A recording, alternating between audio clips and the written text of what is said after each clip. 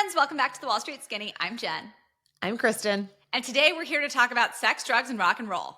We are actually going to talk about drinking, specifically in the context of Wall Street.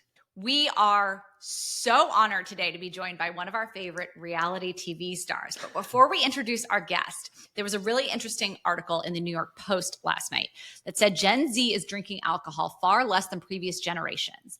And roughly 38%, so almost 40% of adults under the age of 35 say they never drink. That's up 10% over the last 20 years. While drinking among older adults, so age 55 and older, has gone up and is close to 50% over the same time frame. Oh, that's so interesting. The reason we're talking about drinking is because we, on our social media, every single day, get the stereotypes. Oh, all the investment bankers are just totally coked out. Everyone's on drugs. We watch industry and we have our separate podcast on industry. And there is nary an episode that goes by without someone doing some drug that we haven't even heard of. That wasn't our personal experience when we worked on Wall Street. There was plenty of drinking. We didn't see the drug use. But I mean, these rumors have to come from somewhere.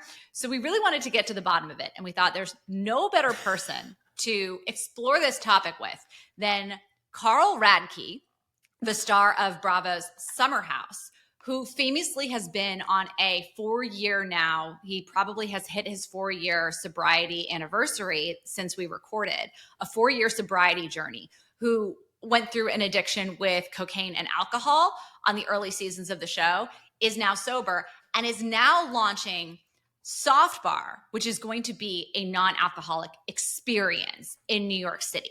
And that's exactly what this New York Post article was talking about yesterday, about all of the establishments that are popping up and all the different ways that people are now entertaining clients and interacting socially that don't involve alcohol, which is wild to us because the de facto thing to do when entertaining clients when I was in sales was you're going to go to Luger's, you're going to get a steak for 2, you're going to get a couple of bottles of wine, maybe you have 20 vodka sodas, and then the bar afterwards and the bar before and the martinis and the 3 martini lunches. I mean, it was drinking. Yeah. And I mean, it's so funny too, because one of the things that I feel like as an elder millennial getting pregnant, the scariest thing was like when you knew you would have to go out to some social event and you can't drink, but that's going to basically give you away because it is just like everybody drinks. And it's so interesting that like now in the new culture, that's not the case. If you just are like, well, I'm just not drinking tonight. And they're like, cool, okay. And not every single person's going to assume you're pregnant. Right. And there's places that you can go now where you can have that client entertainment experience where alcohol just isn't even part of the picture. That wasn't an option. I think I went to a SoulCycle class once with a client and that was it. Everything else had drinking. If you were in the car, there was a cooler of booze. If you were on a helicopter, there was champagne. I flew on a helicopter once to the Hamptons, and we're going to talk about Hamptons culture a little bit, but there was always alcohol involved. And to your point, Kristen, it was a thing. And I was a perpetrator of this, by the way. If people weren't drinking, I'd be like, why not? Like, you're no fun. Like, why are you not drinking? Like, why was I pressuring people to not only drink, but binge drink along with me as part of the normal course? So it now seems wild to us with, for me, enough distance from it. I was never pregnant on the desk. And my personal attitude towards pregnancy was, if God forbid something happens, I want a support network around me to help me deal with that loss. That is not everyone's attitude, and that doesn't have to be everyone's attitude. So I never tried to hide a pregnancy, but I understand, A, that some people feel differently, and B, some people feel an additional pressure in the workplace. Yeah, that's what I was going to say. About impact to their pay, their promotion status, a whole number of different things. I simply never had to deal with that, but that is a very real reality. So this wasn't my personal experience, but I have seen other people go through it, and I'm acutely aware that you have had your own experiences with being pregnant and being on maternity leave at work. I've only ever been pregnant working for myself. So there is no maternity leave. I've heard of employers paying a lower bonus to a pregnant woman so that when they next year took maternity leave, they wouldn't have to pay them down even. So I've heard of people basically getting penalized for being pregnant. So there's very real reasons why in the workplace you might want to hide that. 100%. Which is wild. So some of the themes we're going to explore today are the shifting attitudes, what's real and what's not about drug and alcohol use on Wall Street, which, I mean, we could do an entire dissertation on this and get a number of different perspectives. Everyone has their own lived experience. And I do think in our case, it was kind of a, if you're not looking for it, it won't find you thing. I have heard wild stories. We've all seen Wolf of Wall Street. We know there is some validity to them. The ubiquitousness that is portrayed on industry, I will die on this hill, I think is so exaggerated for purposes of TV. But again, may just not have been the circles that I ran in. But we're also going to talk about now how those attitudes are shifting more broadly at a cultural level. We're going to get into the weeds on the liquor and beverage and restaurant industry. Something I mean, had the lid blown off my understanding about all of that. So we're going to learn some actually really fascinating things from the business and investment standpoint. And more importantly, we get to talk to someone who we've been watching on TV. Kristen turned me on to Summer House when we first started this podcast in 2023. And I was like, oh, just another like reality spinoff. It is hands down my favorite reality show that's on TV right now. Second, tied with Southern Charm, maybe. Yeah, well, so two things. Number one, it is New York centric. So it takes place in New York City, where it's basically a group of people that then have a summer house in the Hamptons, like a very, again, New York experience where like you're working hard from like Monday to Friday, and then you go to the Hamptons over the weekend. And so that's something that is very common for people who work on Wall Street, like basically anybody who lives in New York City. Yeah, I mean, when I was born in New York City, my parents had a Hamptons house. I remember that house really well. It was, I remember sobbing at the age of 6 or 7, standing on that doorstep when we had to sell it. Like it was to move to Boston. My parents met at a Hamptons share house. Oh, I didn't know that. That's such a cute story. Yeah, no, the Hamptons is like in our blood, like in our family in weird ways. And you know, that helicopter that I took to a client event was to a giant party in the Hamptons. Okay, well, you're going to have to tell me offline. But then the other thing that I wanted to just quickly add is the reason we get into the beverage industry is because Carl, with his friend Kyle, who's on the show, they have a product called Loverboy. And so part of what then Carl did before he started Soft Bar is, I guess he was the one who I think came up with the idea and helped to launch Loverboy NA, so the non-alcoholic version of the product. So anyway, it's a really cool. Like, we're also going to talk about Flower Boy, which I had never heard of until you and Carl got into it on kind of the THC side, which is just an interesting additional vertical and additional element to layer in. I have actually never tried Loverboy, but I will say after this conversation, I was like, I've got to go out and get some Loverboy. Like it sounds so good. Yeah. So I'm actually really excited to try it. But anyways, we are so excited to have this conversation. This is an absolute dream come true for us. And Carl is brilliant. This is going to feel a little different than our normal conversations because I hit record when we were straight up just bullshitting in the pre-call. And we are going to get right into it talking about some of Carl and Kyle's business history together, and we'll go from there. So I hope you guys enjoy. Awesome. Also, may I just say, I don't know if this is appropriate or not, and I'm really sorry, but I'm just going to say it. You are so much more handsome on this podcast recording. Like, you're very handsome on TV, but you are extreme. Like, whatever this lighting, like, this is working for you, Carl. Thank you. I think I always hear people say, though, that, like, when people meet people in real life, they always look better. I don't know which season of Summer House you've seen, but I certainly haven't. I haven't done myself any favors early on to, I think, get people to be like, oh, well, that guy looks like a good guy. Like, you know, I haven't given people a lot to. You were hot Carl. I disagree. Like, you were that was one person calling me that, not like the audience going online and going, oh, hot Carl. Like, hot Carl. It was people just listening to what one person said and then making fun of me for that. I don't know if I agree with that. You know what a hot Carl is, right? I learned from the show. Oh, I don't. What is it? It's a sexual thing that you would do with a romantic partner or someone. Don't Google it, Kristen. Don't Google it. I won't. It's don't very worry. I won't. very disgusting. But okay. Anyway, thank you, Jennifer, for the kind words. You're fine. I'm a creepy old married lady. I'm not. No, I appreciate it. I'm just a regular guy, so I appreciate any positivity. I'll take it. Okay, so we should probably do a proper little intro here at this point. So we are joined by Carl Radke, star of the show Summer House on Bravo, founding member and advisor at Loverboy, and now the founder of Soft Bar, which we'll get to. Carl, can you tell us a little bit about how you got involved with Loverboy and what it actually is? Yeah, well, I was one of the first investors, and Kyle, when he first told me back in 2018. Really? I was one of the first people he was talking to about it. Uh-huh. I was very excited because I loved what he was doing with it. But not everybody was like that early on. I remember one of our friends actually was like making fun of him about Loverboy. And he's like, it looks like a lava lamp. It wasn't like everybody's like, dude, this is amazing. Like right out the gates. Everybody was kind of like, oh, another thing from Kyle, you know. Because he was kind of like a serial entrepreneur prior to that, right? Correct. I remember that's how he like introduced. This is weird. I'm like, I remember him introducing himself as that in season 1, episode 1. Like when I first met him, I mean, we met partying and having fun, but we then randomly ran into each other like a week after we met partying. This is in 2015 at Equinox. I was at like the bench press. He was next to me, and I was like, "You're that guy like raging at the party," and I was too. Like, you're at the gym at 7:30 in the morning, like ripping weights and like very serious. Kind of hit it off from that. But very early on, we talked about technology, startups, and tech jobs and sales, and we were always in the similar world. But you believed in it early on. I remember you guys were drinking more twisted tea than any human should ever probably legally consume. And then I'm just curious, was that where the idea came from? It's like we're basically a walking ad for twisted tea. Why don't we make our own beverage and be an ad for that? Yeah, the honest to God truth. We buy the booze on Summer House. Like the first summer of filming took place in 2016, so almost 10 years ago. Wow. Holy shit. We were, Lindsay, Kyle, me, and the rest of the original cast. A couple weeks before filming, we were told that we needed to buy our own alcohol. Andy Cohen, why are you so cheap?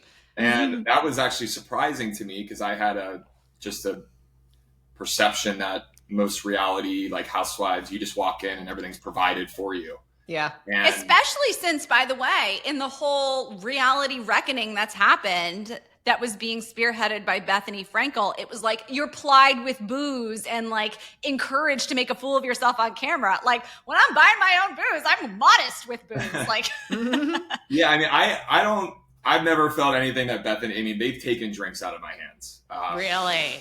Oh, that's so nice. That's really good. I bet it depends on the producers. We party really hard though, and like I think part of what keeping our show very organic and authentic, which is why I love what we do. You think about it, like a group of friends wouldn't just show up to a house and all of a sudden there's a fridge full of shit for them to party with. It doesn't. That's not interesting to watch, right? Like them talking about, oh, let's have rosé Friday night because I'm cooking a lobster bake, or let's order Bud Light because we're doing beer pong. Like, but talk about it and like engage in it, like argue or discuss the products that you actually want to drink because that's actually a real thing that you're going to do in a house when you rent together. Yeah. So and I always love the fresh direct. Why we were doing it, but what we didn't know at the time was we could get a bunch of different products from companies free, complimentary. So funny enough, one of our mutual friends, this is again back in 2016, we reached out to her and we said, hey, like we have to get our own stuff. Is there anybody you can maybe plug us into from an alcohol brand? She worked for Boston Beer. So Boston Beer owns Sam Adams, Twisted Tea, Truly. Sam Adams is one of the large, Budweiser, Sam Adams. But they own various products underneath the Boston Beer portfolio. One of them is Twisted Tea. Cool. I didn't know this. I'm learning about this is more than I've ever learned about the beverage industry. And we've only been talking for a couple minutes. There you go. And this is like the bullshit at the beginning. We're not even in the meat and potatoes. But Twisted is a product that Kyle drank a lot in the Northeast. Twisted Tea was born out of Massachusetts. Yeah. Tea, the Tea Party, they love their tea in Massachusetts. Oh my God, I did not. I didn't make that connection we're either. from Boston, and the only thing I remember is in 3rd grade, we had to do a play about the Revolutionary War, and my line was, a lobster back stayed in my house all summer. What a bummer. Like, that's all I remember. And you guys are both from Boston? Yeah. Boston and Massachusetts, on a percentage basis, is one of the highest percentage of like hard tea drinking states. It's actually the highest hard tea drinking state in the country. This tracks. I don't know why, but this tracks. No, it's very normal to you, but in like other states, they've never heard of Twisted. Like some people have never heard of Twisted Tea. They have no idea what it is. Yeah. There are people that are like that. They just don't know. Now, yes, Twisted's a very big brand. However, this is no knock on Twisted. It is loaded with sugar and calories and ingredients you cannot pronounce. Yep. We loved the product. It got you drunk. It had a higher alcohol percentage. It was in a tall can. It it didn't taste like alcohol. It tasted like a sugary tea that was good. We drank a ton of that. The hangovers were insane. Sure. I don't know if you've ever filmed anything in your life with a camera in your face, hungover, but it's very challenging and not ideal when you're filming a show that's about yourself. Yeah. So not only the hangovers, but just wanting to be healthier. Kyle worked out a lot. I cared about what I ate and drank. We didn't want to destroy our entire nutritional workout and everything during the week just by drinking a bunch of Twisteds. Yeah. 1 can of Twisted is 35 grams of sugar. That's like 2 candy bars in 1 can. And you have 3 or 4 cans on a weekend. Yep. I mean, that's like diabetes in a bottle. Kyle had the idea originally to ask Twisted, do you have any lighter versions? And they made Twisted Light. So we drank Twisted Light season 2. Oh, funny. And Budweiser and other brands. It wasn't all the Boston beer, but we kept coming back to this alternative product line. But I'll never forget season 2 of Summer House. I opened the fridge one of the weekends and I saw this white silver can and it said White Claw. I was like, what the fuck is this? And one of the girls said, oh, it's no sugar. It's light and refreshing. And I was like, who the fuck would drink that? And a couple hours later, guess what? To kind of even out after drinking rosé. You're like, it's me. I went to White Claw because it was a little lighter, a little less intense. But from that, we still were like, it's a white can. What's White Claw? And then I did some research. White Claw is from Mike's Hard Lemonade. Same owner, it's literally Mike's Hard Lemonade, just took the label off, put a new liquid inside, and put White Claw on the label. That's the same company. Interesting. And my experience with Mike's Hard Lemonade is sugary. Terrible for you, massive hangover, and like no one really drinks Mike's Hard Lemonade. So Kyle also had a similar thought, and he cared about nutrition. And he, like when I first met Kyle, the first thing he'd do when he got a piece of food was he'd look at the ingredient label, everything. Really? Everything. Yep. Because he cared about what was in it. Yeah. And he did that with alcohol. But guess what? Alcohol until Michelob Ultra. If you have a bottle of wine in your house or a bottle of liquor, pull it and tell me how much calories are in it. I'll wait. It doesn't show you. Oh. Go grab one and tell me where the nutrition is. No, it doesn't. I remember. I was like, I don't want to know. No. I'm the consumer. They don't want you to know. They don't want you to know. But I mean, same thing with all alcohol. It's like vodka, tequila, like nothing has that info on it. Exactly, but that was by design because guess what? If Twisted Tea showed you how many calories and how much sugar was in it, you'd be like, I don't know. But again, alcohol is like, in comparison to every other consumer product good, think about picking up a bag of chips off of a shelf and not knowing how many calories are in it. Yeah. Like that doesn't exist. Yeah. But in alcohol at that period of time in 2015, the only brand on the market that put nutrition on the label was Michelob Ultra. Yeah. And guess what the best performing beer at Anheuser-Busch has been in the last 20 years? Oh, dude. Must have been that. When we moved to Charlotte, and this is like craft beer nation down here. Every single party in people's homes, it's either like a hazy IPA or Michelob Ultra. There's no Bud Light. There's nothing else. Michelob Ultra is the only like light beer. They did an amazing job of not only marketing to women, because there are women beer drinkers, and women typically are early adopters or more willing to try something that's new and innovative. Yeah. Was a male drinking White Claw first or a woman, do you think? A woman, 100%. Yeah. Although now it's like I would assume 50-50. Like my father-in-law drinks them all the time. Like my husband my husband buys it. Women typically are the ones that are influencing more than you realize. I mean, the studies we did and the data we picked up on when we were kind of building Loverboy was we saw what Michelob Ultra did. Amazingly successful, but they put the ingredients on the label. They told you how many calories were in it. They told you that was no carb. That was what consumers were looking for. But then you take other alcohol and like it was like 1920s again.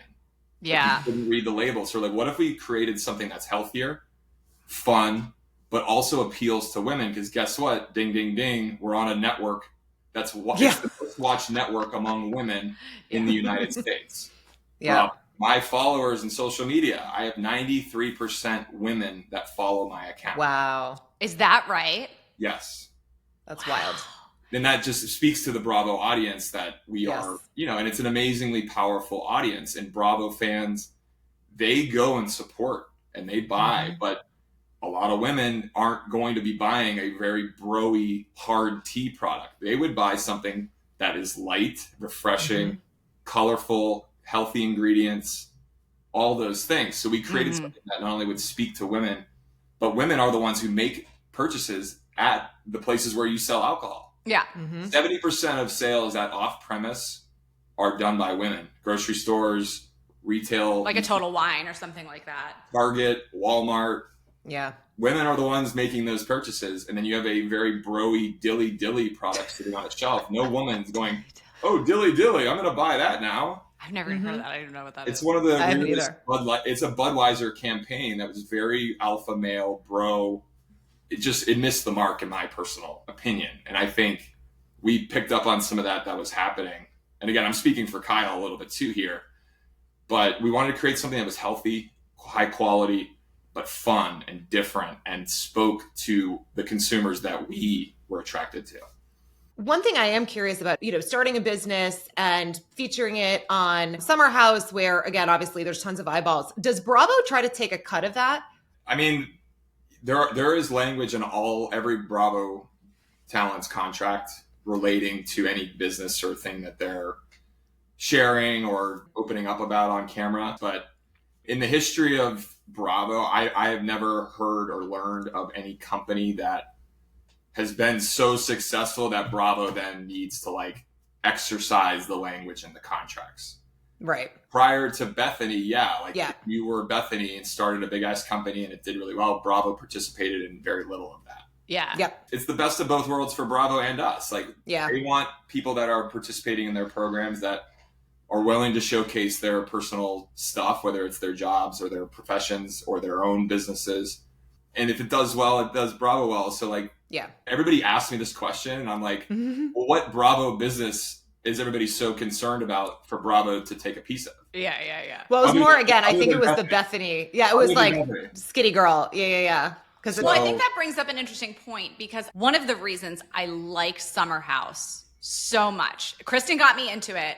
I was like, I'm not watching a spinoff of Vanderpump Rules, blah, blah, blah. I don't need, and she's like, no. It's like they're real, because that's what I loved about the early seasons of Housewives and everything. It was like, these are people who actually have a real connection. They're real friends, and you're watching people having fun. Yeah. And I know it's not always fun for you, but Summer House is legitimately fun, generally speaking, for the viewers. It seems like you guys actually like each other. Oh, don't get it twisted. It's one of the most enjoyable, fun experiences I've ever had in my life. And I've been very lucky to do it for now 9 seasons. Yeah. I mean, yes, there's ups and downs, but that's what we signed up for. But what I think is so interesting is when you first came on the show, and I'd love if you could talk a little bit about your career arc, because I think so many other reality TV vehicles feel like someone's going on because they're like, oh, I've been inserted into this group of cast characters because I'm trying to launch my insert brand name here. I want to be the next Bethany Frankel. That's like the Housewives these days. Right. I mean, that's pretty much all reality TV. I mean, even the dating shows, I'm like, you're not here to meet the love of your life. No. You're here to sell a CBD drink and get signed to Michelob Ultra's influencer campaign and post and then fall into the wayside. 1,000,000%. But your career arc is not that. It's been completely different. And I'm curious to understand a little bit better why you went on the show in the first place, and then how your career arc has developed. AKA what we usually ask our guests in the first 30 seconds, tell us a little bit about your background. How did you find yourself in this career? Can we cover that a little bit? Because here you are now launching a new business, and I do want to talk about starting a business with one of your best friends. That's something we have done that has been such a crazy, wild adventure, but we've done that in the very private confines of a social media account and a podcast, not on the national stage. Sure. I mean, I'll try to answer it in parts. Why did I sign up for Summer House, I guess, is the first. Sure. So I went to Syracuse University and I studied television, radio, and film. That was my major. Oh. When I was in high school, I was obsessed with SportsCenter and ESPN. I loved the broadcasting kind of thing. We had a little studio in our school. I grew up in Pittsburgh, Pennsylvania. I went to Upper St. Clair High School, and at our high school, we had a TV studio where we did morning announcements. You'd film the Friday night football game, and it would be edited and then played on the local channels and stuff. So I always wanted to be on TV in some way, whether it was broadcasting or acting. Mm-hmm. Went to my school counselor and she said, these are the best schools for this program. And it was NYU, USC, Syracuse University, and I think one other one I'm forgetting. I got lucky and I did get into Syracuse, and I went there because they have what they call the Newhouse School. So from my freshman year at Syracuse, I studied TV, broadcasting, script writing, producing, and all of that. I was obsessed with it. We produced shows at school. I acted in programming at school. I did all sorts of stuff. And then my goal when I graduated was to move to LA and try to be an actor, work in the TV industry. And I did do that for a little bit, but I wasn't very successful. I worked as a production assistant on a TV show called Criminal Minds. It's still on CBS, currently, but I was a production assistant, picking up coffee, running scripts around, doing, heavy lifting. But I did that for 3 seasons on that show. Cool. Mm-hmm. And then was like 25 years old, not making any money, kind of going, what am I doing here? And I didn't have a lot of great skills. Like, I couldn't audition. I couldn't walk into a room of 10 people and be like, hi, I'm Carl. And just not in my own, comfortable in my own skin. So I ended up switching careers into medical device sales. And the medical device sales brought me years later to New York City. I was doing really well with it and then just having fun and partying. And I met Kyle and Everett. And it was very dumb luck how I learned that Kyle and Everett were going to be on the show. My dentist was a mutual friend. And I was getting my teeth cleaned. I can't make this up. That's amazing. Getting my teeth cleaned a year after I had met Kyle and Everett and was friendly with them and see them out and occasionally hang out. I wasn't best friends with Kyle. I mean, we were buddies. And it was May of 2016. I'm in the dentist's office catching up with him. I'm in the chair and he's like, hey, your buddy Kyle and Everett are going to be on some show. Or they're doing something in the Hamptons this summer. I'm like, what do you mean? He's like, I don't know. It's some reality thing. I literally from the chair emailed Kyle. You can't talk. I still have the email. Hey boys, I'm at Lane's. Lane was our mutual friend dentist. I'm at Lane's office and he's telling me about the Hamptons show, ? Kyle and Everett wrote back within an hour. It's funny you asked. We're looking for another person to join us. And then that, started more conversation and I chatted with Kyle. But funny enough, one of the things he said to me when we were first talking, we were already doing this. I was partying in the Hamptons with friends. Yeah. Anybody that, is in their late 20s, early 30s in New York is probably knows someone in their either friends or group or work that on Friday afternoon in the summer, they go out to the Hamptons with a group of friends, have fun. They go to the beach, they barbecue, they party, and then they come back, work Monday through Friday and do it all over again. Yep. I did that for 2 summers prior to the first season of Summer House. And that's how I met Kyle and Everett and all that. So talk to me about medical device sales and just sales in general. So everyone I know who's been kind of through the medical device sales pipeline is basically a really attractive, bright person who was just I kind of didn't know what to do. So I knew that this was a really kind of sexy job and I signed up for it. True, false? Tell me a little bit about it and what the lifestyle was like. I'll say this. A lot of ex-athletes and super overachiever alpha type individuals that really are seeking high, fast paced competitive environment. That medical device world is that. I mean, the people I would work with in my past career with medical were former baseball players, Olympic swimmers, very alpha type women and men. I played sports and I was competitive. And Volleyball, right? Volleyball and basketball. So I loved being in kind of that team community, pushing each other, and medical was that. But the other part too is financially.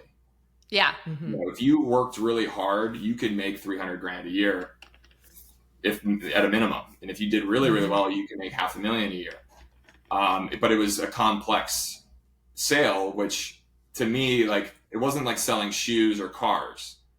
I'm talking to a neurosurgeon and an orthopedic surgeon, or even an orthodontist, really professional people. And that was also it elevated kind of the level of work you're doing when you're in a surgery or you're in an OR or you're in a hospital in scrubs. It's someone's life or death. It's a serious, it's not just nothing wrong with shoes or selling cars. Don't get me wrong.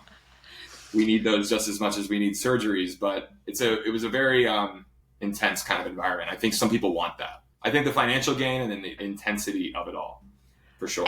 Hearing you talk about that, I see so many overlaps between being in a sell side financial services role. Because at the end of the day, whether you're an investment banker on the corporate advisory side or you're in sales, like I was in fixed income sales and trading, at the end of the day, your clients are the people who are smarter than you are at their jobs, right? It's the heart surgeon, right? You have the hedge fund manager who's got their portfolio and like is getting paid $80 million a year for what they do. And then there's you who are just hoping and praying that they are going to answer your phone call when they have 20 other buttons on their turret linked to other investment banks.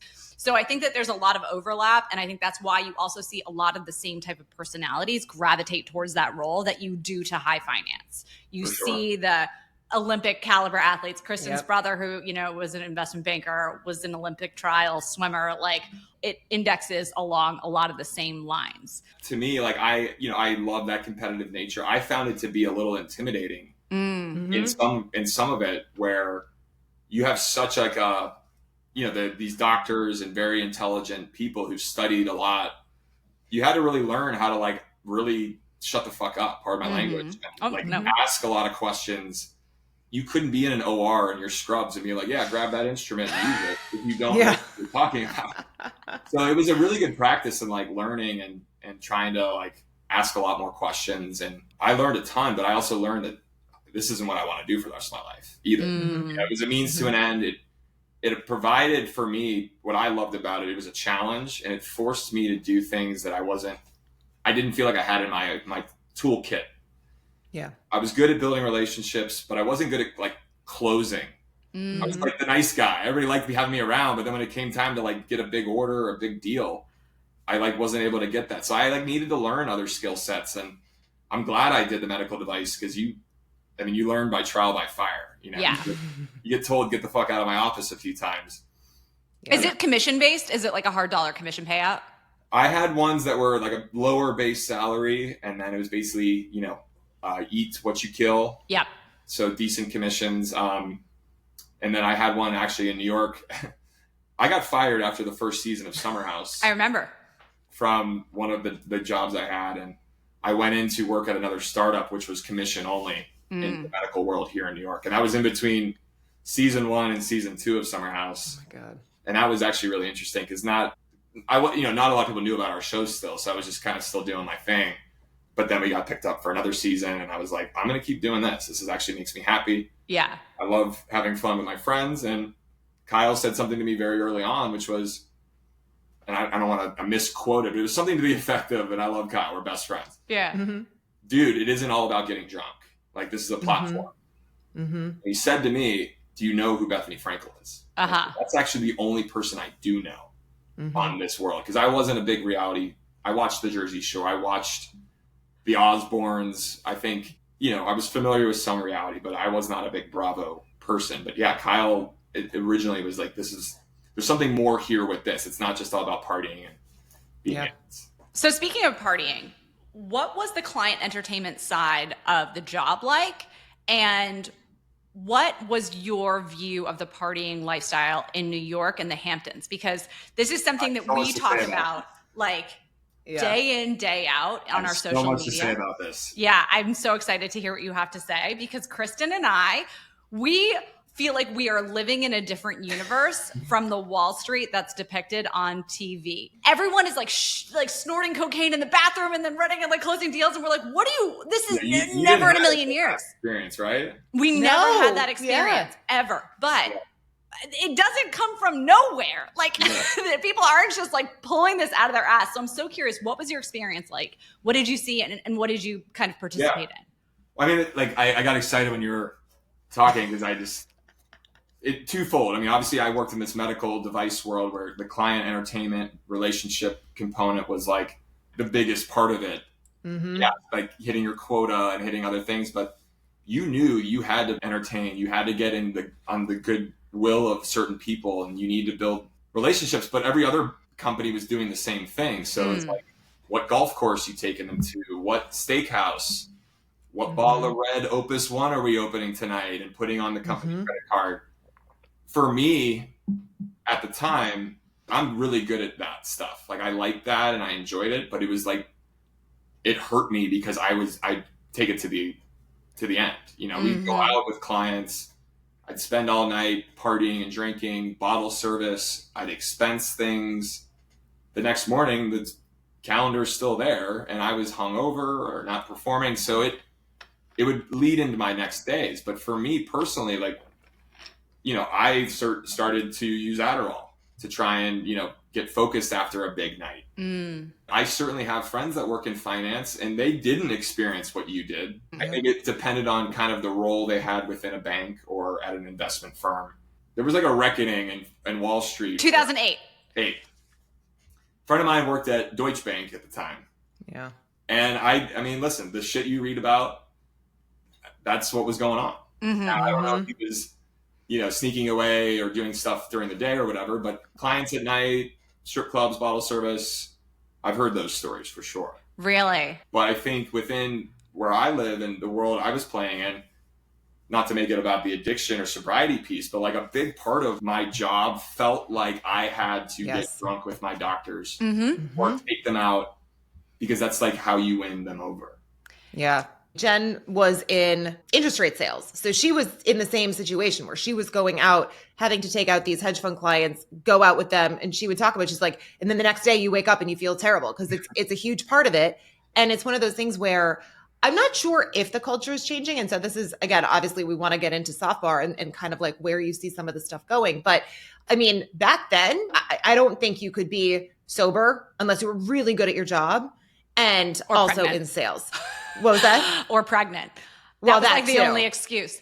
But I'm curious, Carl, because you said closing the deal didn't come naturally to you.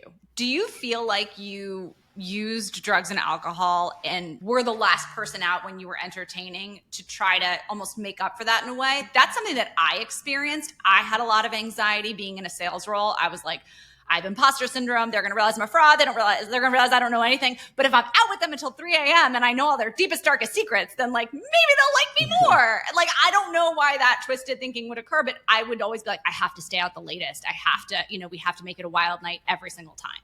I think, yeah, I mean, I would, and I bounced around within some territories of my medical sales job. So I was in LA for a period of time. Then I came to Philadelphia, and then I was in New York. And they all had varying kind of styles within them. But when I got to New York, it felt like all the medical people wanted to be like the finance people, and the finance people wanted to be like the medical people. Interesting. So like, I don't know, like it felt like even crazier here with the entertainment client relationship piece than it did in LA or Philly, because places in New York don't close until late. I mean, I can't tell you. I mean, I remember being in a full suit and like still having my briefcase from the morning. I would walk the streets with my briefcase and visit different dental offices or orthodontic practices. I had a full tie, and, you know, I didn't have my name tag. I put the name tag on when I got to the elevator, but I looked like a pharmaceutical sales rep, or what you perceive one to look like, and would work all day. And then I'd hit a happy hour with like a finance friend, but then go to dinner with like my dental person and be out till 4 a.m. But that was, it almost was like what New York was asking for too. Yeah. So I think it definitely, to your point, there was some psychology for sure of, I don't believe I'm like as smart as some of these guys. I'm not as good with numbers as they are. I'm not as good with the technicality. So yeah, like if they can just like, I'm a people pleaser. Just like me. If I stay out late and buy you a bunch of stuff, they're going to like me and they're going to buy for me. At least that's what I thought. No, I think that that's like such a common thing, especially in a client-facing role. But I'll say what got to me though is when I was drinking, I got, you know, the anxiety of closing or not getting the deal or whatever it was. But then when I was drinking, I would get emotional and upset and angry if, let's say, a doctor wasn't going to purchase what I was hoping him to purchase at the end of the quarter, or his front office person was a pain in the ass, or whatever it might be. The alcohol would make me even more angry and upset. It would actually hurt. I would develop resentments with certain doctors. I would develop like an issue with that office because they didn't do what I thought we discussed when I was wasted at the bar. You know, there was a lot of that happening. And when you are a people pleaser and then you constantly are people pleasing and then you kind of get fucked over, it made me even more angry and resentful, which only fueled me wanting to drink and party even more. Yeah. Did it ever occur to you at the time to be like, maybe there's another type of entertainment? It never occurred to me. It never occurred to me to be like, why don't I suggest that we all go for a long walk in the park or something like that? One time it did, and I'll never forget it. I don't know why it still sticks with me. And it probably sticks with me because I have a problem and I'm an alcoholic. Years ago when I was at this particular company we're talking about, the company I got fired from season 1 of Summer House, it was a medical device company. We would do these national sales meetings every year. And there was 2 individuals on the sales team from Utah. And every year at the national sales meeting, all the 90 bros and women that were in all the other places, not Utah, drank, ripped it, went crazy at the bar. The Utah guys were over here. They were from Salt Lake. They didn't drink. Got it. It was part of their religious choice. Not Yes. 4 or 5 years into these national sales meetings, every time in the morning, he's happy, he's looking good. We're doing our presentations. Every other sales guy's like head in the fucking bag, looks like shit, hungover, and he every year. And I asked him, I'm like, you don't drink? He's like, no, I don't drink. I'm good. Like, it's a religious thing. I just don't drink. And I just kept thinking, how the fuck do you do that? Like, how do you actually? And it still sticks with me, but it reminded me because he was actually the top sales rep at the company. Wow. He was the best performer, and he always was that guy. But I never could put that together at that time was performance. I looked at athletics. Did I ever play good volleyball when I was drinking? No. Did I ever think to drink a beer before playing a game? No. Why? Because I wouldn't play well. Yeah. So I had to start comparing performance to my profession. Just because I wasn't playing sports anymore doesn't mean I wasn't still performing. And that kind of was not an early epiphany, but it was something that still sticks with me. Just like, as it relates to drinking, and whether it's professional performing or just, working out. Like anybody knows you're not going to run 5 miles well if you've been drinking all day. You flip it away from like sports and a game and it's like, oh, it's fine. But no, like you have a big pitch, you got a meeting, you got a client. If you were out till 3, didn't sleep well. Yeah. Alcohol has its effects much longer than the 3 or 4 hours you're thinking you're drinking. I mean, it will still linger with you for many days after. All the studies show it causes anxiety and depression even 2 days after you actually still had a drink. Well, it's interesting. This came out, I want to say just earlier this week or something. I mean, I think we've always known that alcohol can increase your risk of cancer, but like, the new Surgeon General warnings where it's like, no amount of alcohol is okay. Like it used to be, oh, red wine's good for you. And then it was, if you drink under, if you're a woman under 1 drink a day, that's fine. And then now it's basically like, no alcohol is safe. But it's interesting because I think what's going on with Gen Z, less of them are drinking. I do think a lot of them are experimenting with THC. I'm not so sure that that's actually better. And I will say it's interesting because my mother, she's like an insomniac, and she has like a medical marijuana card because her doctor wanted her to stop taking Ambien to sleep and was like, take some THC. And I've always had issues sleeping. So she gave me some of the like THC chocolates. And when I took it, I noticed that I was dumber, like for days after. And I would say this to Jen, I'm like, this is making me stupider. And we would get on and we would do a podcast, and I couldn't think and I couldn't speak, and I was like forgetting words. And it was like, so I don't know. I do think it's an interesting thing, especially in the younger generation. I am curious if there is going to be any information that comes out about the impact of THC, because right now it feels like alcohol's bad, so we're just going to swap it for this other thing. But with that, I am curious because it is also January, so it's like dry January, and you are obviously launching Soft Bar, which is a alcohol-free bar. And so I'd love if you could talk to us a little bit just about sort of the process of starting that and how you got to this place where you were like, A, I'm going to stop drinking, and then B, now I'm going to open up a bar that is alcohol-free. Yeah, I want to unpack some of this, what you said, because I have a differing opinion than you might actually have. Oh, interesting. I think a really good example of what you shared about your mom and like the insomnia and prescriptions. Yeah. I think there's a lot of people out there that are also sober, but are on Xanax all day, Ambien at night, Adderall. Adderall, Zyn, whatever. No, that's totally fine. It's totally fine. Doctor said you're good. That's safe too, right? I don't know. I have a lot of opinions about some of that stuff. I think there's a lot of natural remedies. I believe THC, being that it's a more natural remedy, if it's used in a more controlled or educated way, I think it actually is healthier than alcohol. That's just my personal belief. Yeah. Now I'm with you. Well, I think it's definitely better than Ambien. That was the doctor's I used perspective. to do Ambien and Xanax. I'm not on any prescriptions at all anymore. Yeah. Now I still utilize a little THC for sleep and just anxiety. But for me personally, it's not like that wasn't what brought me to my knees. It was alcohol and cocaine. Yeah. Yeah. Mm-hmm. So I think everybody has their own style, but I do believe a lot of the younger generation, not only that they're experiencing with other, substances, THC or mushrooms or other psychedelic. I also think the information age and social media. I mean, if we had, I had Facebook when I was a sophomore at Syracuse University. We were like one of the first schools in the Northeast to get it. But early on, people weren't posting pictures of them partying. You don't see people like that publicly. Yes.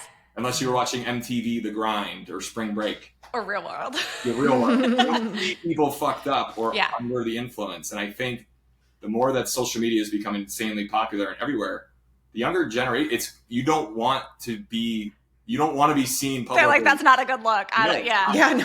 And trust me, the reason I got sober, a big catalyst was watching me drunk on television for 5 years.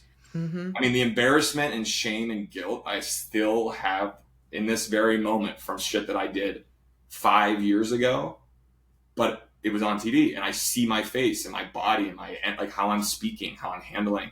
Mm-hmm. I'm still incredibly embarrassed by it. Mm-hmm. So I think a lot of why shifting of drinking is not only, like you said, other substances, but I think social media, the anxiety, the awareness we all have, it's not worth it. People just don't want to look dumb at school because they drank in their friend's basement the night before. I think that's so insightful, Carl. I also think, one of the things, though, that we're seeing reported among the younger generation is loneliness. We talk about all these things. You talk about partying with your friends and going to happy hours and things like that. When we oftentimes share our stories about things that would happen. Like I have some horror stories that I've shared before about like, I had to get carried like shoeless out of a work event once, like yelling and screaming at another girl drunk. Like it was not a good look. Don't get me wrong. But we'll get messages from people on social media being like, this is why I would never go to a work happy hour. Like, why would I even do that? And I'm like, well hang on, right? Like, isn't there a happy medium where you can build these personal relationships with people? Because people are like, oh, your company doesn't care about you. It's like, but the people at your company might care about you. They're completely opting out of the social experience altogether rather than dealing with the pros or cons of the substances at them. And I'm not sure that is the solution to the anxiety and all those things. Probably not. Either. No, I think you got to do the work. There's plenty of people out there that don't drink, that just stay home. Mm-hmm. They're probably not as happy or as living as fruitful of a life as they might like.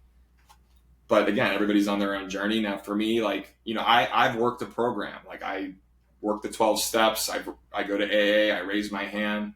And some of the deeper work that you do, I think allows you to better understand. It's not all about the alcohol. Right. It's all the other reasons that you're not, whether it's family situations or childhood traumas.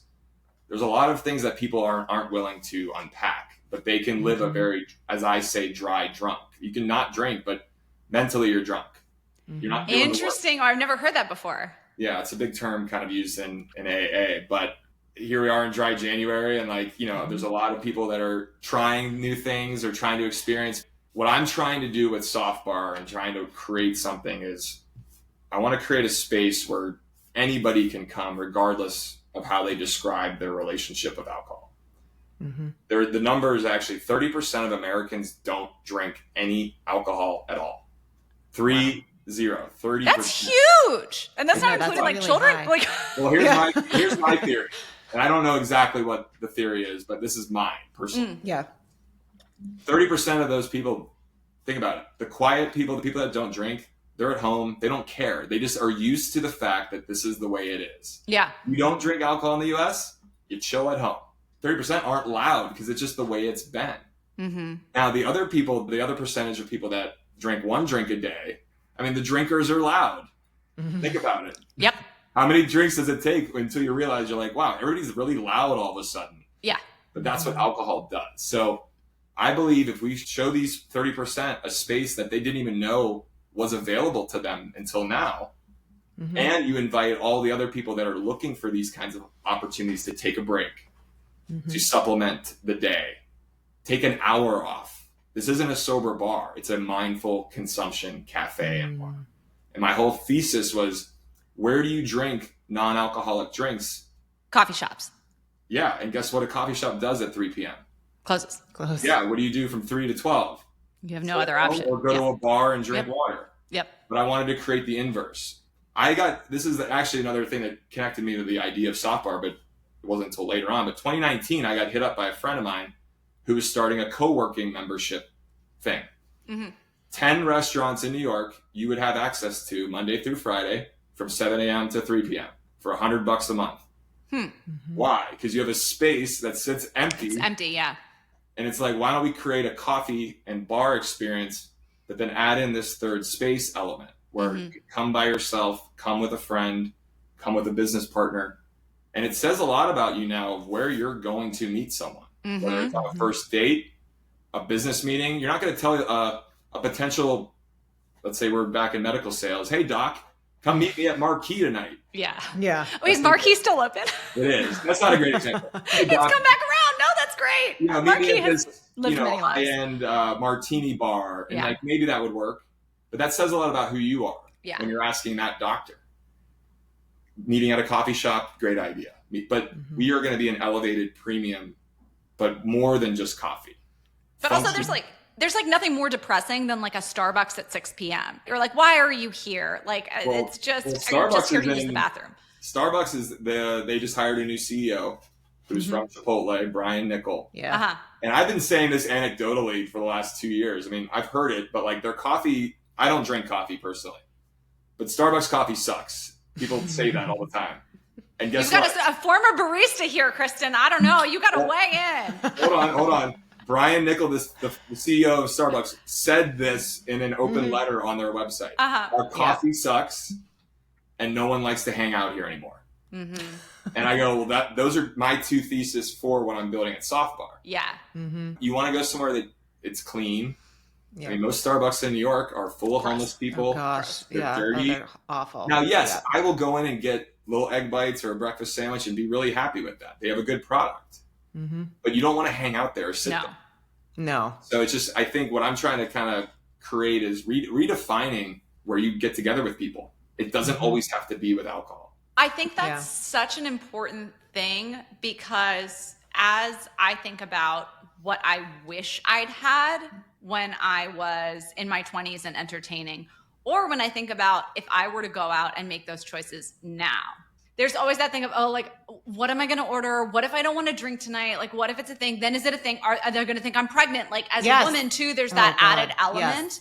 Yep. I was Which is, never by the way, pregnant when I was working. Yeah, but like, which is terrible, because like not that you're going to be penalized for being pregnant, but I have seen situations where women are paid down because they know the next year they're going to take maternity leave, so they don't, like, it's like a thing. Like, you don't want people to think you're pregnant. Well, like, whether you are or not, you just don't want people to think that. And it's also might just not be something that you want to share with your coworkers at a given point in the pregnancy for whatever reason, and then you're like outed, or people are asking you about it, and it's like, listen, we can get into a bigger debate about like what's appropriate and what's not to ask people about their personal lives in a work setting. But the bottom line is, like, having to make that decision every time just isn't necessarily a choice that you want to make, or be like, oh God, I don't want to go out with this client. I just went out last night, because it was always a de facto thing that there would be drinking. Even if it's just like one glass of something, just like your body gets tired. So having spaces where it's like, this is an elevated thing that you can do. This is somewhere where you can go and build a connection. And like, listen, if you guys want to leave and go to a bar afterwards because like you're so desperate for alcohol, awesome. Like, that's cool. Yeah. You know, like good for you. Well, I actually say you could have a drink a minute before coming here. That's great. Do what you need to do for yourself. But when you enter the doors of Soft Bar, you're going to be introduced to a menu of just amazing premium non-alcoholic drinks. But we also utilize functional ingredients. So if you're feeling a little tired, we've got electrolytes. If you're feeling a little clouded, we've got focus. We provide really healthy stuff, because when you're, again, I'm not drinking now, but if I'm going to drink something, I want it to feel like I'm doing something good for myself. Yeah. It's not just a water. So with our products, there hopefully is a connection to the benefit that you get from consuming it. Well, and also like the emotional connection without the downside. If you say something stupid after you've had 3 martinis, the odds that, to your point, it escalates and then you like burn a bridge and 3 will definitely get you there for sure. Yeah, exactly. Versus if I say something stupid over a cup of coffee, I'm like, shit, I just said something stupid. Can I like revise my state? You know what I'm saying? Well, I think I'll apply it even more. When you said something stupid when you were drunk, you had an excuse. Now you don't. You're just stupid. Yeah. But like, here's the reality. Like, I used to be a huge asshole when I was drunk. And I would be like, oh, I was drunk. I'm sorry for being an asshole. But now if I have a moment where I'm just an asshole, like I'll say, I was an asshole. Yeah, I don't think people, like the person who you're an asshole to, they don't write it off just because you were drunk. They think you're an asshole no matter what. Most people can't take accountability for their own shit. Like especially when you're young. If I drink a coffee and I'm still being an ass, like that's because I'm actually an ass. I have no one else to blame but myself. Yeah. Right. Well, and I will say, emotional connection you forge when it is a good one is all the stronger, right? Because listen, for me, I was like a happy drunk. Am like whenever I drink, I'm chatty and peppy and whatever. And so I'd be like, we are best friends. And then the next day everybody sobers up and I'm like, are we still best friends? The other person's like, who are you again? Like, like I'm good. I don't need you as a friend. And so when you can build that strong emotional connection, it's a positive one, and you do it without alcohol, the odds that it extends beyond that one interaction, right? And it can be a lasting and fulfilling relationship are much higher. Like this sounds like basic stuff, but like from a work and client entertainment standpoint, it's like, duh. Well, it's even to the, like even further, like when I drank a lot, I'd have a lot of one night stands or like short hookups. But now it's, you actually take the time to get to know someone and you almost save yourself the pain and misery of those drunken trysts with someone you don't really know. And then the awkwardness after versus getting a coffee sober, looking them in the eye and being like, okay, what's your name? Where are you from? Blah, blah, blah. Getting to know them, maybe doing a follow-up date. And then you're like, okay, it's not for me. And you just saved yourself so much. Yep. And just treating someone with much better respect too. I have 2 questions. Sorry. The first one, more as a comment. I have to say, having, like I said, been pregnant 3 times in New York City, I can't tell you how much I would have loved to have something like that, because one of the things I was always on the lookout for was a place that had like really good mocktails, because there is something that is nice about, it's almost like with coffee. You can have decaf, but there is almost like not the routine. What is it called? Like the ritual. The ritual of it. There's something really nice about it. And same thing with at 6:00, just having a drink that's different, that feels special, that it doesn't have to be alcohol, but you sometimes want to have something that feels elevated. I would have loved that. I am also curious because we were talking about THC. And by the way, I'm not saying that like it is going to come out that it's bad. I was saying whatever the one my mother gave me like made me dumb. So I don't know what I think you have medical grade from mom is probably better suited for the medical prescription that she received versus. Oh yeah.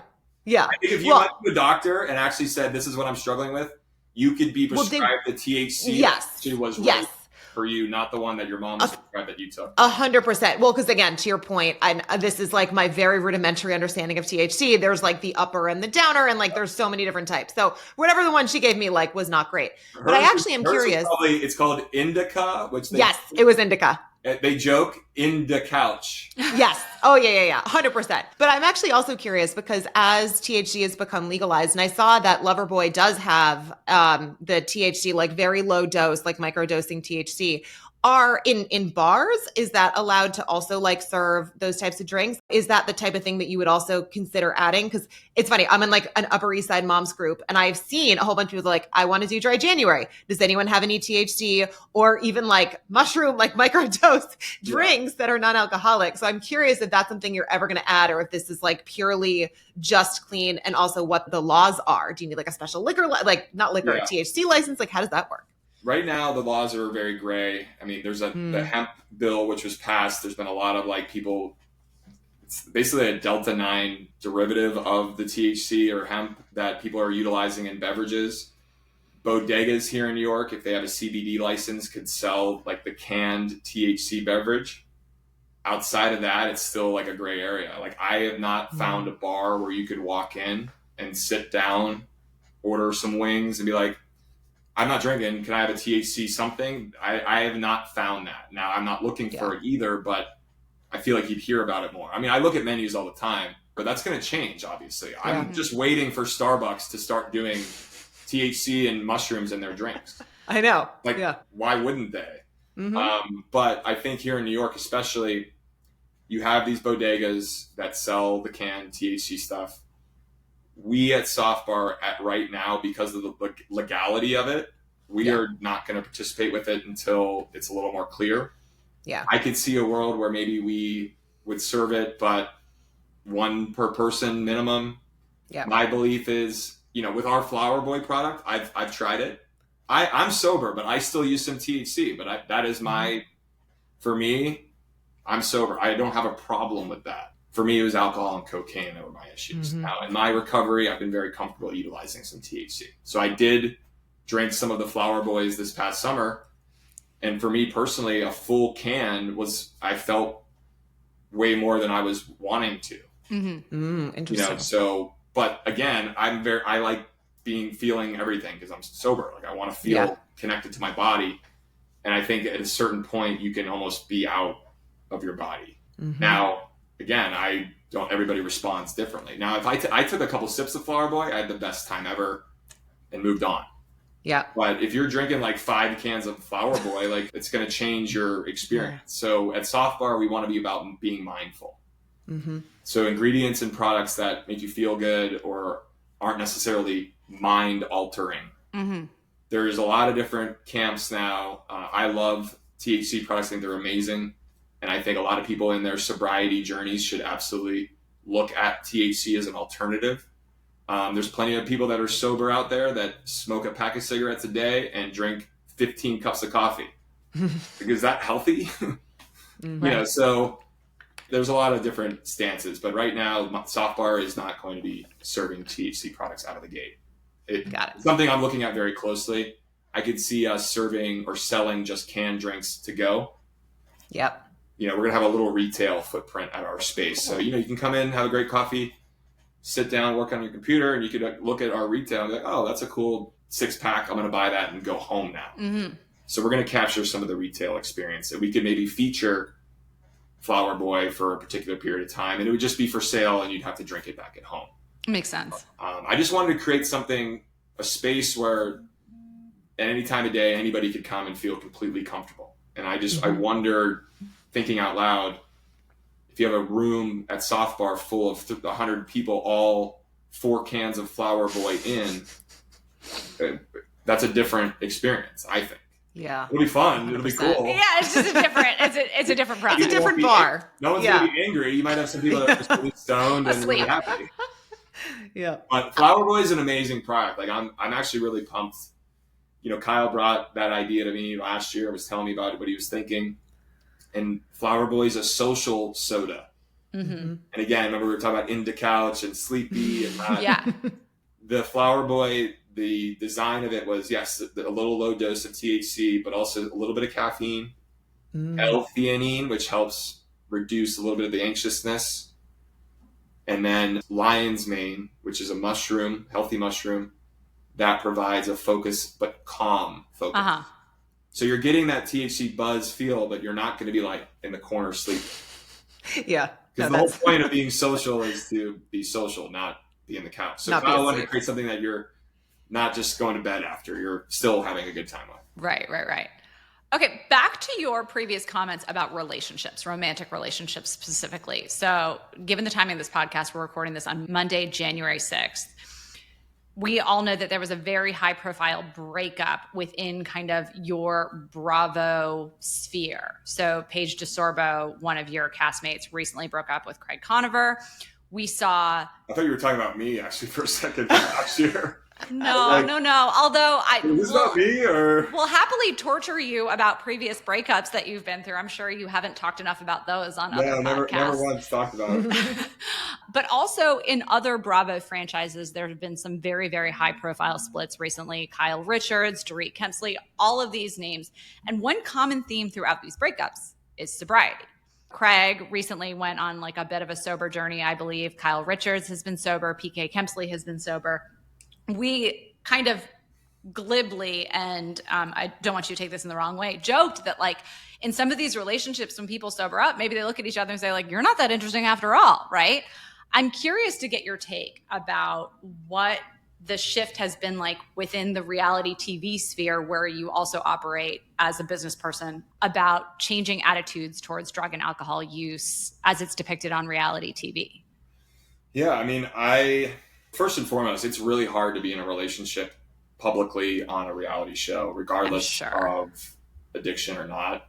You know, my hat always goes off to Kyle and Amanda, just because they've, you know, been showing their relationship, but you know, the ups and downs, and they're very in love, and like it's just like it's a hard thing to deal with when you're very publicly exposed like that as a couple. Yeah, I can't even imagine. But then you do add in substances, and sure, like a lot of our shows do revolve around dinner parties and drinking and events. So I think, yeah, when people really clean up their lives or make a lot of changes, that first year, I mean, they do say, even if you've been married for 30 years, then you get sober. They say that first year, you really need to like dig deep and like stay sober, but not enter any new big things or relationships. But I think people, when they clean up and start like doing the work, changes happen. You know, they maybe feel differently or look at their life differently. And I think sometimes it's maybe provided clarity, unfortunate clarity, that maybe they are better off not. You know, as it pertains to Craig and some of the, you know, his stuff, I mean, this past summer, he shared with me in the house, because he had some non-alcoholic beer that I saw him pulling out of a case that he had brought to the house. And I was like, oh, cool. I always love when I see NA stuff, because I'm like, yeah, I got a buddy. And he was pulling out, putting it in the fridge. I was like, oh, cool. Like and I had an NA beer with him previously, but he's like, oh yeah, I'm not really drinking. And I was like, oh, I was excited for him, just because, guess what? I did drink with him when he was drinking. And I mean, I was way worse than I think he was, but it's always nice when someone takes ownership for themselves. And I was proud of him here we are in the summer house, and he's loading up the fridge of NA beer, and he was in good spirits because he had, you know, that, and I was there. I think just being on a reality show in and of itself is really hard. And then dating or being married on one is hard. I mean, it's not a natural environment for any relationship where you're talking about your relationship with other people, but it almost feels like you're talking shit on your relationship, but that's what you're supposed to be doing. I think sometimes people take a step back from their relationships with alcohol or romantic, and honestly, if they're deciding it's a better thing to move a different direction, I mean, it's better to move on than to stay in an unhealthy thing, I think. Oh yeah. For sure. But I mean, it's so interesting hearing you talk about being in these romantic relationships on TV, because like the average person, you see yourself through your own edit.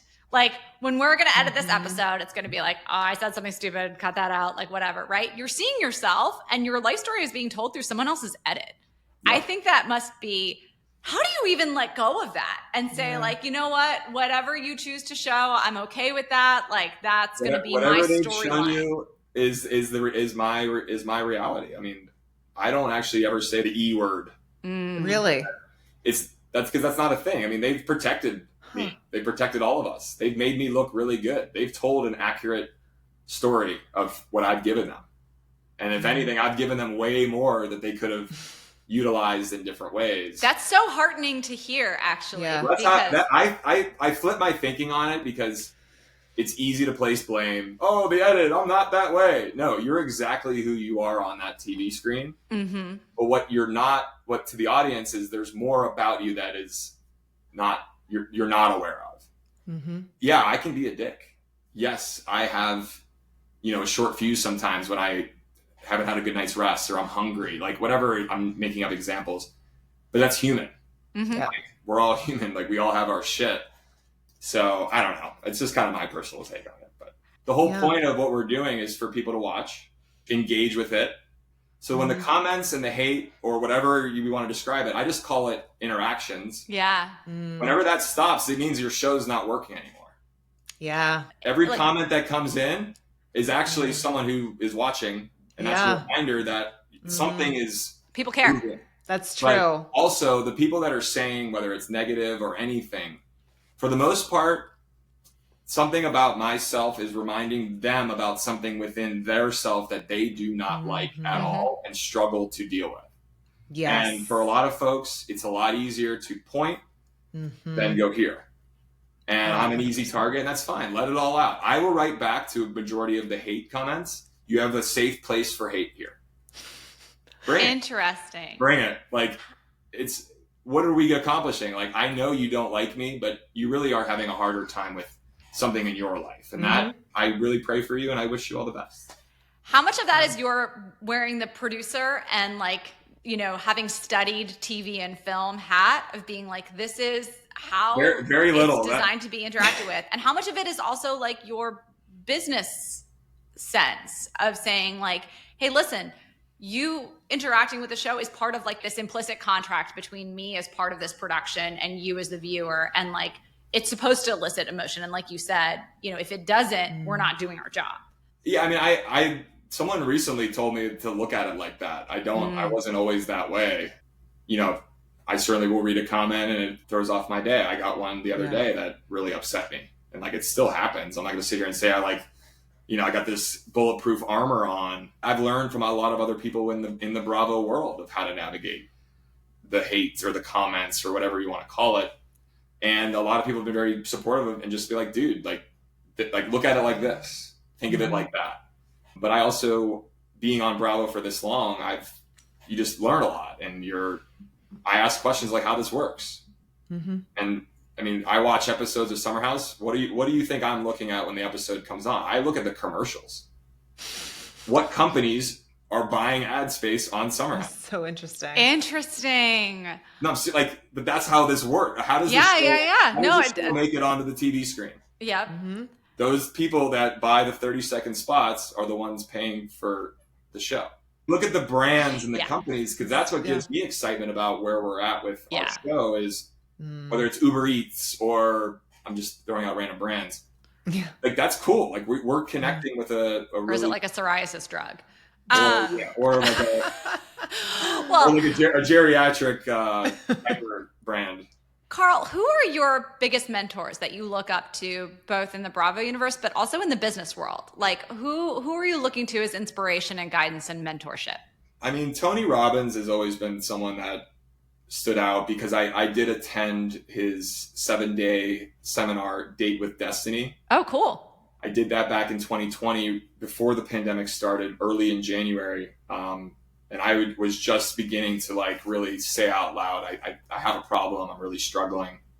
And a girlfriend of mine got connected to the Tony Robbins world and was like, I think this would really help you. Cool. So I went to that, and there's some of it's a little Kool-Aid-y, but big fan of Tony. Gary V, big fan of. I met him at a pizza shop randomly. Who else? Business-wise, I mean, he's out there saying he met Carl Radke at a pizza shop. No, he's not. But I'll get to him at some point. Outside of that, I mean, big fan of Jay Shetty. He's a big mental health advocate, but works for Calm, which is a big meditation platform. He started a non-alcoholic drink brand with his wife called Juni, Juni. Don't know it. Whole Foods nationwide. It's actually it's a similar Loverboy style product. But Jay does a lot of mental health advocacy and talks very openly about those things. And then I honestly mean this. Kyle Cook is definitely a mentor. He's been an incredible friend, but also mentor. I've learned a lot from him, and he's helped not only me personally, but professionally, put me in, the only way to learn sometimes is to be in a room where you don't know shit. And he's put me in rooms that I wasn't necessarily should be in those rooms, whether it's with legal or distribution or supply chain. I've learned a lot by just being a fly on the wall and kind of just really, he got his MBA, like he went to business school, so he knows a lot. Oh, I didn't know that. So I picked up on a lot from Kyle, which I'm very grateful for. And then last I'll say is my co-founder of Softbar, Brian McNamee. I met him about a year ago through my other best friend's wife. Really? She worked for him for 15 years at a previous company that was acquired and did very well. And they did very well. And he was sober though. And she calls me and she's like, hey, my old boss, my old CEO wants to start something in the NA industry. And I was like, you got to talk to Carl. And that we talked last year. but I'd already had all this stuff in my head and vision. And it happened because of Loverboy. I was shopping at a store in Williamsburg, Brooklyn. There's a retail store, and they're in various cities. There's actually one in Boston called Dre Drinks. They only sell non-alc. It's like a bottle shop. You walk in, grab your stuff, and leave. You can't sit down. You can't open one up or try it. Walk in, that's cool, leave. I did that in New York, and I'm like, it's New York. It's Friday afternoon. I'm filling up a shopping bag with a bottle of NA wine, NA beer, and a Loverboy NA, and I walk back to my apartment. And in my head, I'm like, this is insane. Why am I walking home right now? I'm in the hospitality capital of the world. And that's when I went home, and I'm like, I'm changing this. I'm doing it differently. Where do all these non-alcoholic drinks live?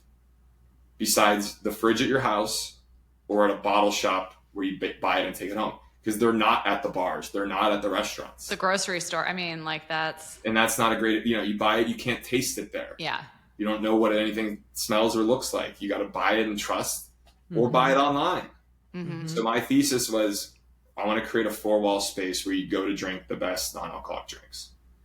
And Brian was really helpful believing in me, but also helping me understand how to stand up the business properly.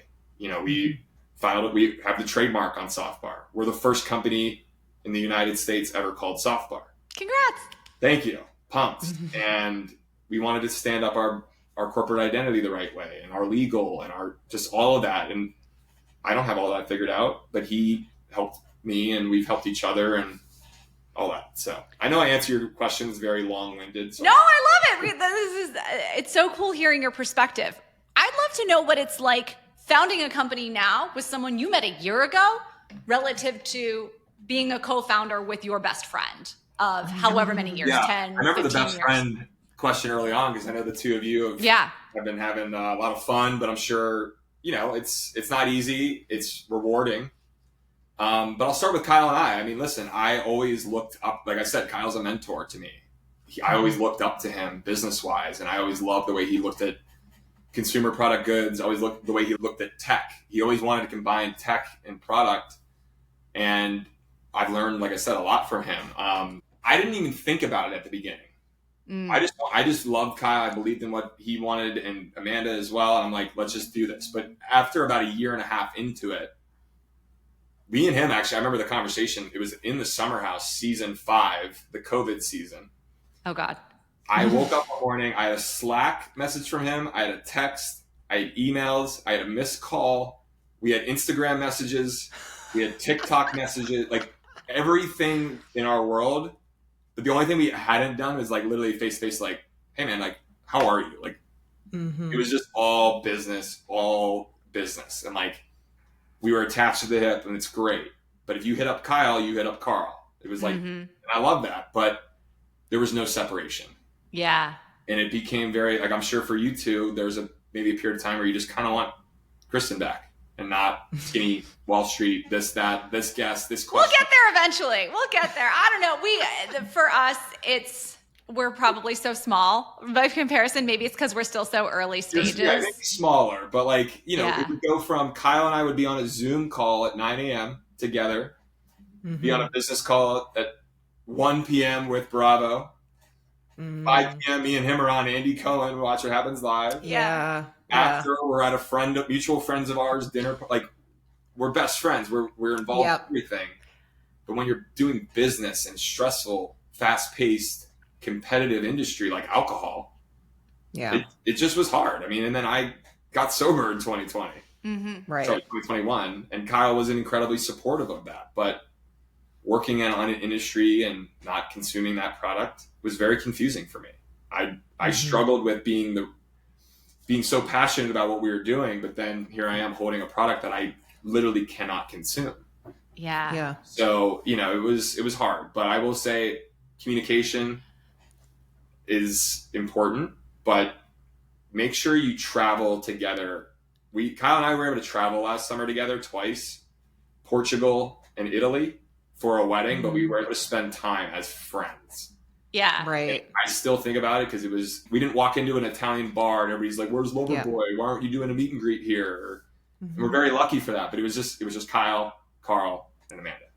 That's awesome. And we were just able to travel, eat good food, and enjoy our friends' weddings, all without the influence of all the other nonsense. So I recommend for you too, when things are getting really hairy or awkward, pick a place, bring your husbands or boyfriends or whatever, and travel.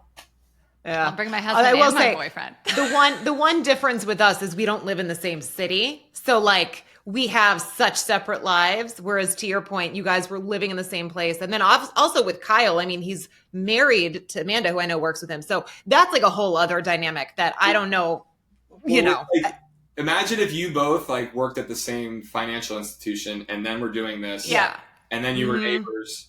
And then your husbands were best friends. Yeah. No, that would probably be too much. But also, Carl, I think like the fact that I don't have any other friends helps. So like something will happen and I'll be like, I guess I'm going to call Kristen to tell her about like, I just stubbed my toe. Like I was going to call my one friend. Like I'll be your friend. Which is not true, Jen, by the way. But no, but I do think that it's so important to understand, like one of the things that you talked about was how much you admired Kyle. Right.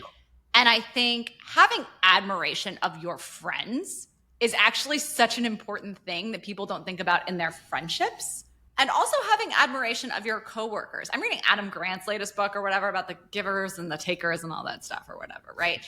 And like, if you hear us on here, or we go on other podcasts, I'll always talk about how much I admire Kristen. And hopefully vice versa. I do always say that. Yeah. But I think that is such an important thing. Obviously, when you met your new co-founder, you were immediately in this position of like, I want to get this person's ear. I admire what they've done, blah, blah, blah, blah, blah. I want to work with them. So I think that's easier, right? You're plugging into that relationship already. I think having that respect and admiration for your friends is such a gift that a lot of people overlook. It wasn't, I had to do a lot of work too. There was things that I was doing and handling not great at times with Kyle. My communication style struggled, but the way we worked through it and how we were able to get past that, I think allowed me to show up with this next co-founder in a much more positive, better way. We have a great working relationship, my co-founder, Brian. And it also, Kyle is an investor at Softbar. Oh, cool. I didn't know that. Kyle and Brian have gotten together, and it says a lot too about the current business that I've been with the last 5-6 years. And, your founder and your CEO is also supportive of the next venture. It's important. It wouldn't be good for Softbar if Kyle and I were hated each other and he was not a big fan of it or whatever, but he's been nothing but supportive and also been a huge advocate with me and Brian too. We got on a call, me and Brian. Kyle's telling Brian how much he admires me and loves the way I've gone about. And I was it was I love Kyle so much, but it was stuff like that you don't always hear. Yeah. And it felt really good for him to kind of have my back with my new business partner. And, as we, launch on this kind of new journey, Kyle's been nothing but helpful and supportive. But Brian, he's 10 years older than me, my current co-founder of Softbar. And it's been really awesome because he just has a different background and experience, but we still are so passionate about what we're building. But he said something to me very early on, which I think you both could relate to, which is good paper keeps good friends. Oh, good fences make good neighbors. Good paperwork keeps good friends. Yeah. I like that. From the beginning, because I said to him, one of the things that makes me nervous is just, the ups and downs I had with Kyle. And I don't, we're very public. I'm still very public. I want to make sure we set this up the right way. And there's not, any kind of weirdness. And he was all about that. So we hired, we have a CFO and a lawyer who helped us draw up everything. And the transparency is very clear, but I learned some of that transparency need from trusting, not that I didn't trust Kyle, but we didn't shake hands sometimes. And it was just you're my boy, we got each other. Yeah. But in the next level of this business, I needed to have a little bit more, things stood up and organized. And I wouldn't have gotten there without Kyle or Loverboy. Okay, so 2 final questions, because I know we've gone way over and I so appreciate your time. Yeah, this is fun. What is it like founding a non-tech, non-AI company in the current environment? You've been working with, consumer goods, and now you're working with, in the words that have been used to describe this vision originally, a brick and mortar space. Yep. It's a brand that sits atop of a 4-wall experience, and I think to answer your question, when I've gotten on some pitches and investor conversations, it's upset me slightly a little bit because people are like, I thought this was a product. That was never my dream. I never said out loud I wanted to start a product. We serve products and we have our own soft bar product. But it's an experience. I wanted to create the experience first, that you come and experience all of these amazing non-alc drinks. Yeah. Like Carbone is an example. They just started selling their red pasta sauce. They didn't just start selling red pasta sauce and then build a brick and mortar company. Yeah. I've been wanting to kind of do it differently, but investors, VC, private equity guys, product is sexy. The multiple on an acquisition for a CPG product versus a four-wall is different. It's much higher with a product. I get the sexiness of product. I have one with Kyle. Yeah. But people are like, I don't do four-wall. Sorry. And it's just like, that's it. And it's just because it's a four-wall. I'm like, this isn't your typical four-wall.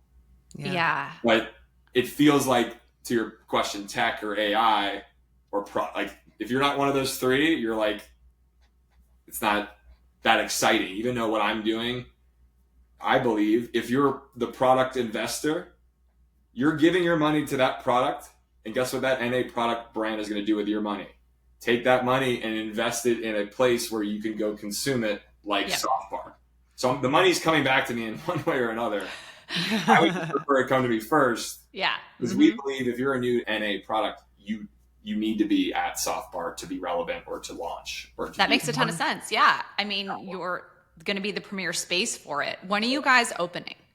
Hopefully May. So we have our location. I signed the lease, but it's going to take a few months to get, up and running. I looked at some more turnkey, a bar that closed that was open or a cafe, and the rent was significantly higher than what I found here.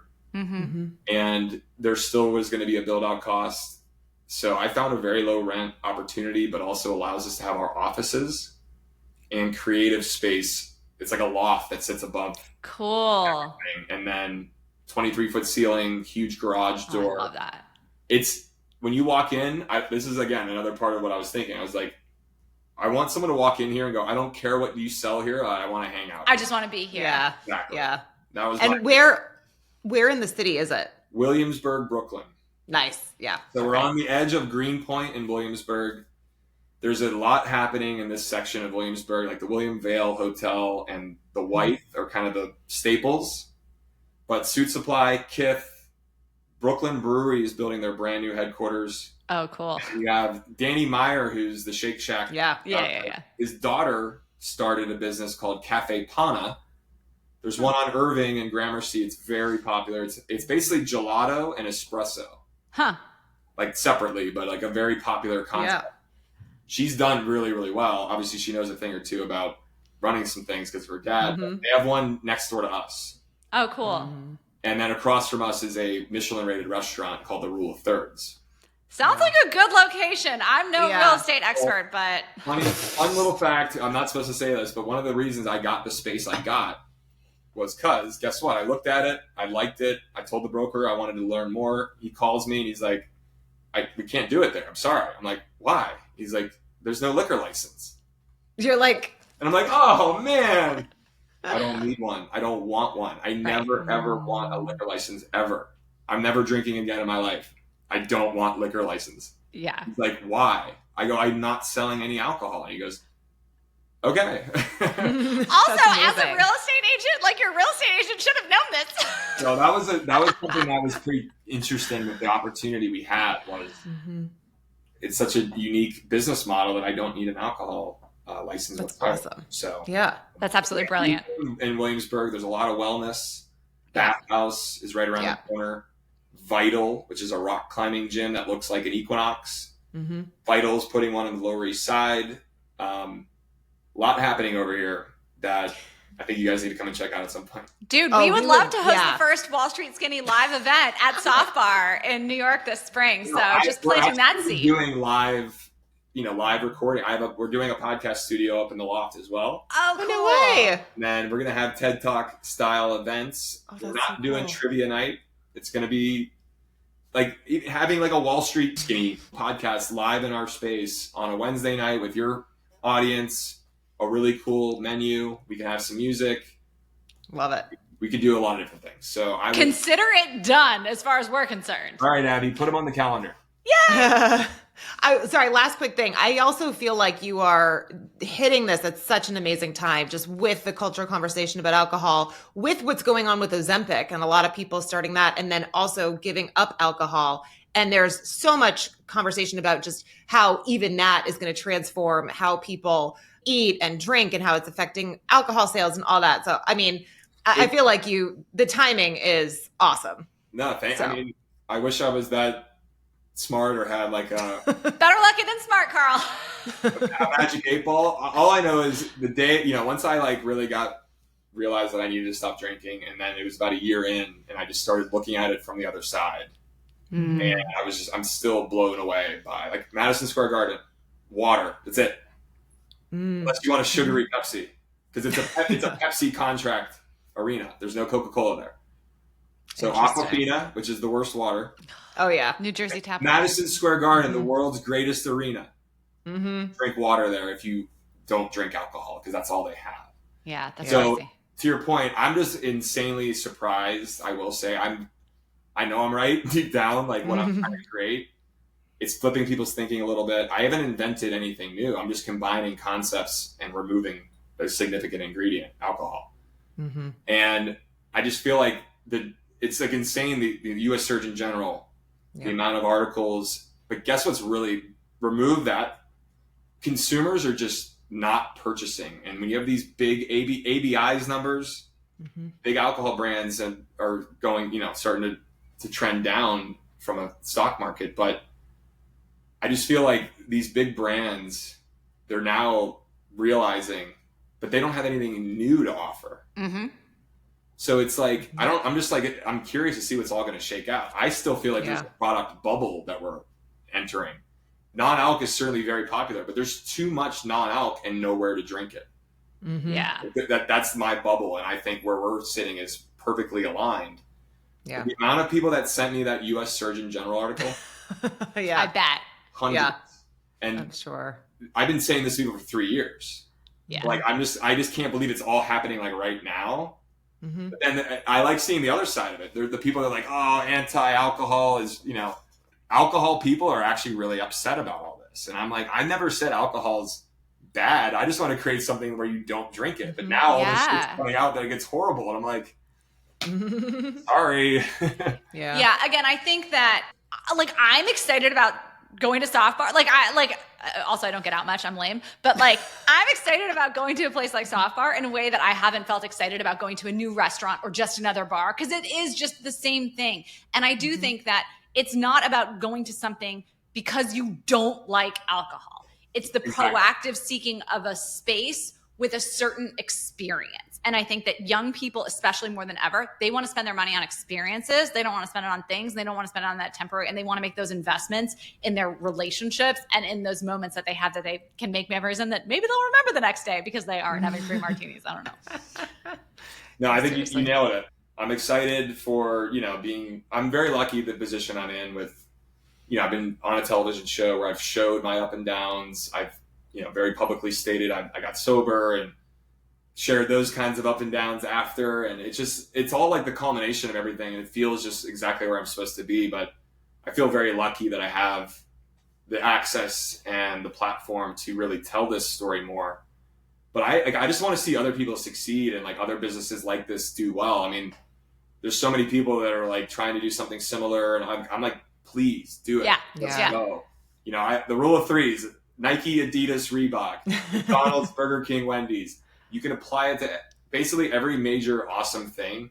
There's two other things that are just as awesome and just as amazing. So if it's not Soft Bar, there might be another two that pop up. But I'm rooting for all of it. I want all NA to do well. I want the product to do well. I want consumers to find great options. I want people to feel comfortable now and know that just because you aren't drinking doesn't mean you can't have a great time. Oh, that's awesome. Well, congrats on all your success, Carl. When does, so we've got Soft Bar, hopefully opening in May. When does the new season of Summer House premiere? February 12th. February 12th. Bravo. You'll see it I think it's at 9 p.m. on February 12th. Awesome. And Well, you'll see, obviously the Loverboy. You'll see a little bit of the Flower Boy, Kristen. Yep. You'll see Soft Bar. So it's awesome. And I'm really lucky that I get to lean in on something I'm very passionate about. And I don't even, like, another best friend of mine texted me, and he's like, "You're really going in all in on this, aren't you?"